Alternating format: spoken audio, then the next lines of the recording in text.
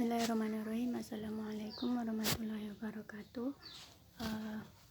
Nama saya Serli Apriyayani, NIM 190104040. Saya dari kelas 4B. Di sini saya akan mempresentasikan makalah metode studi Islam tentang modernisme dan reformisme dalam Islam. Yang pertama yaitu modernisme dan reformisme dalam Islam. Modernis dan reformisme atau reformis. Modernisme di sini biasanya diartikan sebagai cara berpikir dengan peradaban barat. Kemudian untuk reformisme ini diartikan sebagai pembaruan melalui pemurnian agama. Dalam hal ini kemudian reformisme Islam dimaknai sebagai gerakan pembaruan dalam pola pikir dan cara hidup yang murni menurut Islam itu sendiri. Baik reformisme maupun modernisme ini masuk ke Indonesia pada akhir abad ke-19 dan awal abad ke-20. Kemudian pikiran dan gerakan reformisme dan modernisme ini diterima oleh masyarakat dan melahirkan atau memunculkan gerakan sosial maupun gerakan keagamaan yang modern. Contohnya itu seperti Muhammadiyah dan juga Nahdlatul Ulama serta gerakan-gerakan lainnya.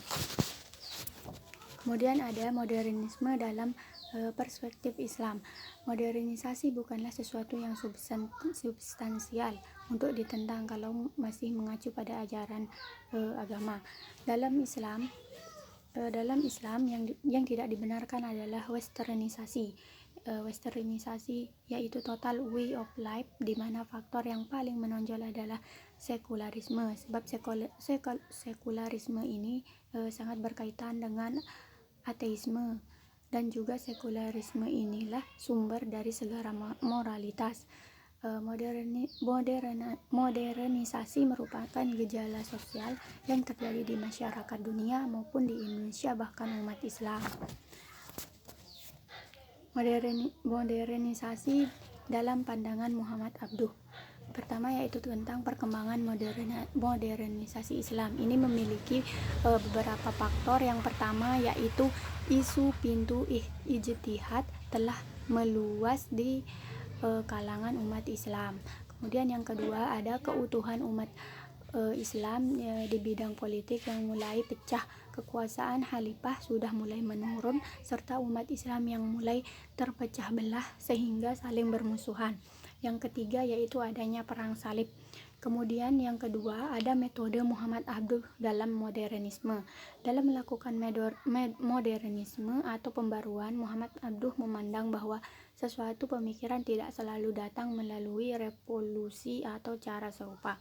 Kemudian ada pemikiran Muhammad Abduh. Yang pertama ada ijtihad. Menurut Muhammad Abduh, ijtihad bukan hanya boleh tetapi perlu dilakukan. Hanya saja yang melakukannya hanyalah orang-orang tertentu dan memenuhi syarat. Kemudian yang kedua ada ilmu teologi Abduh. Teologi Abduh ini menurut Abduh teologi Abduh adalah ilmu yang membahas tentang wujud Allah, sifat-sifatnya dan juga kenabian. Kemudian yang ketiga ada pemikiran politik. Dalam hal ini Muhammad Abduh mengatakan harus ada hubungan yang erat antara undang-undang dasar dan juga kondisi negara setempat. Kemudian yang terakhir ada pemikiran pendidikan. Muhammad Abduh merupakan tokoh pemikir. Terlihat dari usahanya yang mendorong agar umat Islam mementingkan pendidikan. Sekian dari saya. Wassalamualaikum warahmatullahi wabarakatuh.